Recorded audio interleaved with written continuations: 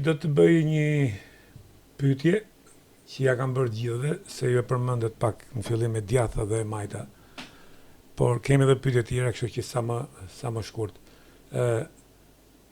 A mendon se realisht ka Shqipëria të majtë të djathtë sot? Dhe veçanërisht Partia Demokratike që ka trumbetuar të djathtën, a mendoni se ndash si doktrinë ekonomike, ndash si filozofi politike, ka përfaqësuar të djathtën realisht të 30 vjetë? Apo ka qenë një djathtë vetëm kështu, butafori, persekutuar, nuk do të thotë që je i persekutuar dhe je i djathtë. Mësinë e Kokalarit s'ka qenë djathtë. Balli kombëtar s'ka qenë djathtë.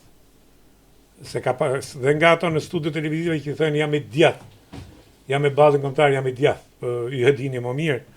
Dekalogu ballit ka reformën agrare njësoj si Partia Komuniste. Pra, duhet sqarim në ca gjëra që mos gënjejmë veten me njëri tjetrin. Për gjithë qytetarët, se me ty ka biseda, duhet shumë biseda. Për gjithë qytetarët është e qartë koncepti i majtës dhe djathtës në Shqipëri. Majta dhe djaththa në Shqipëri ndahet, u çlirua Shqipëria me 28 apo çlirua me 29. Do të thënë, ky është ajo që ndan të majtën dhe djathtën në Shqipëri.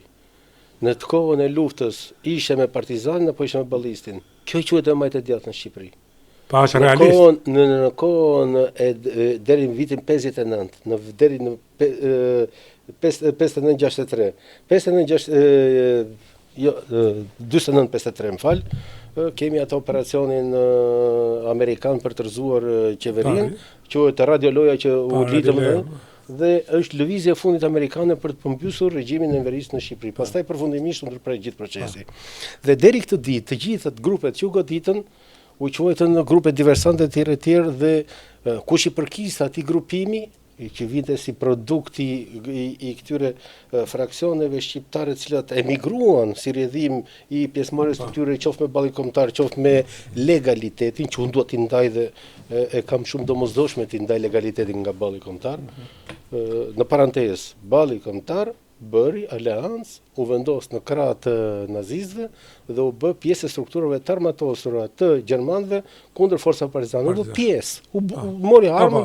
Legaliteti nuk ka bërë gjë të tillë. Pra, nuk ka asnjë shenjë të legalitetit në konflikt me Partinë Komuniste të kohës.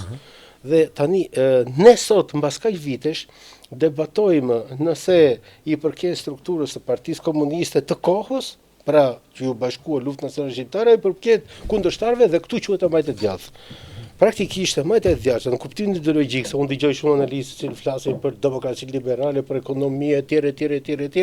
Në Shqipëri, gjithë procesi është i lidhur posaçërisht me nevojën e brendshme të vendit.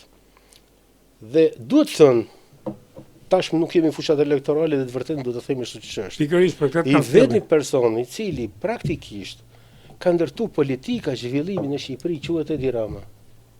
Politika zhvillimi. Sepse dhe të ndërtosh një klasë oligarkike të pasur në një vend, kjo është strategji. Një vend nuk e zhvillon dot fshatari, duam apo nuk duam ne.